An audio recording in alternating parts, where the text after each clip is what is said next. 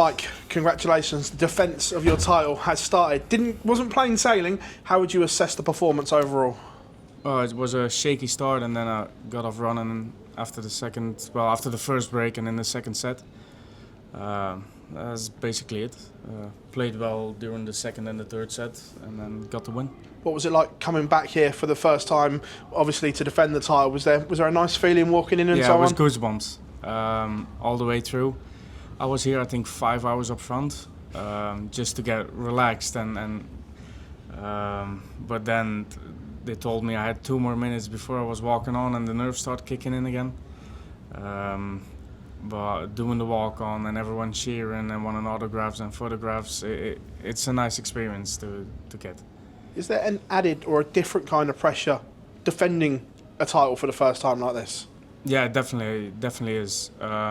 I've never had this before, and like I said, I was really nervous that first set, so I was glad there was a break, and kind of relaxed the second and the third set.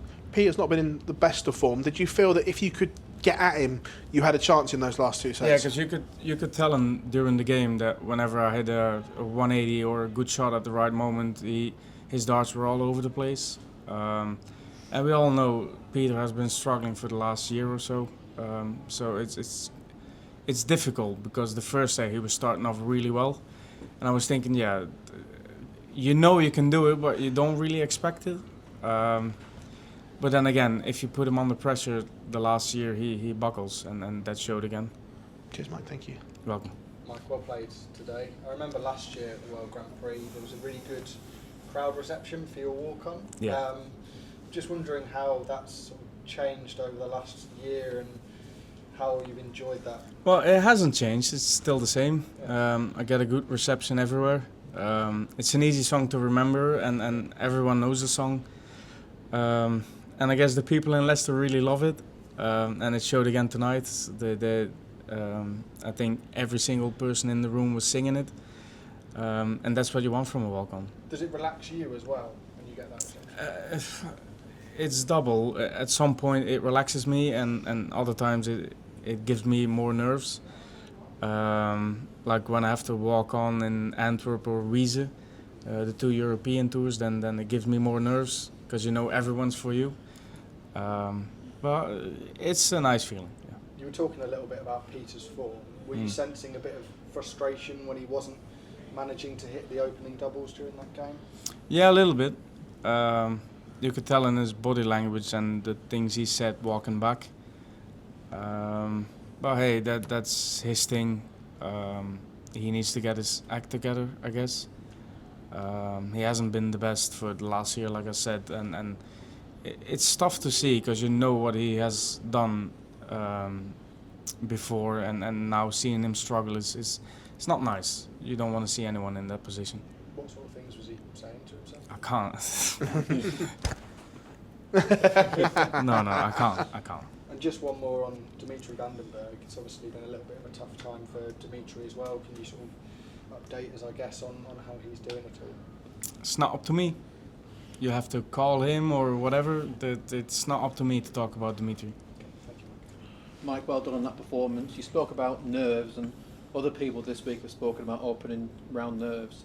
Is it more nervous defending a major in the first game or entering the final like you did last year against? Yeah, definitely, because today mostly the people were expecting me to win, and last year in the final, I don't think anyone outside of Belgium was expecting me to win.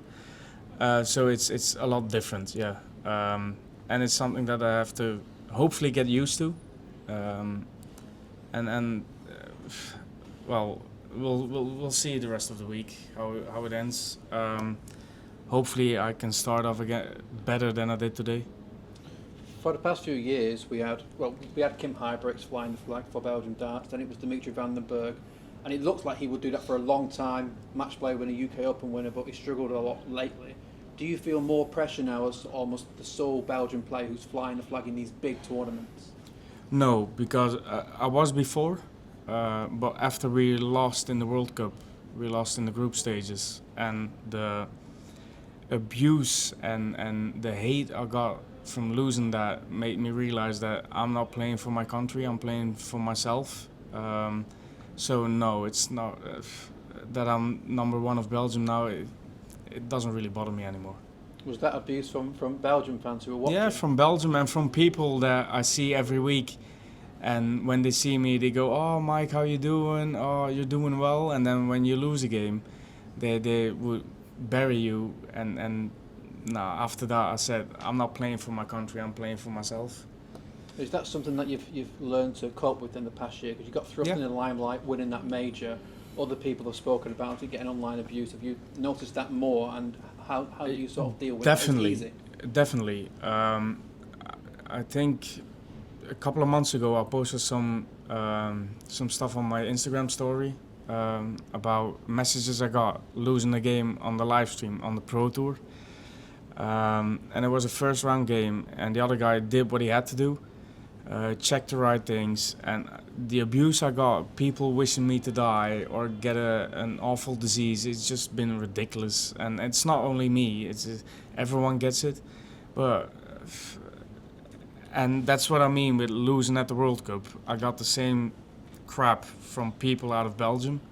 That's why I'm just playing for myself now and not anymore for my country. Well done tonight, Mike. Thanks for talking to us. Thank you. Congratulations, Mike. It was a solid display in the end there.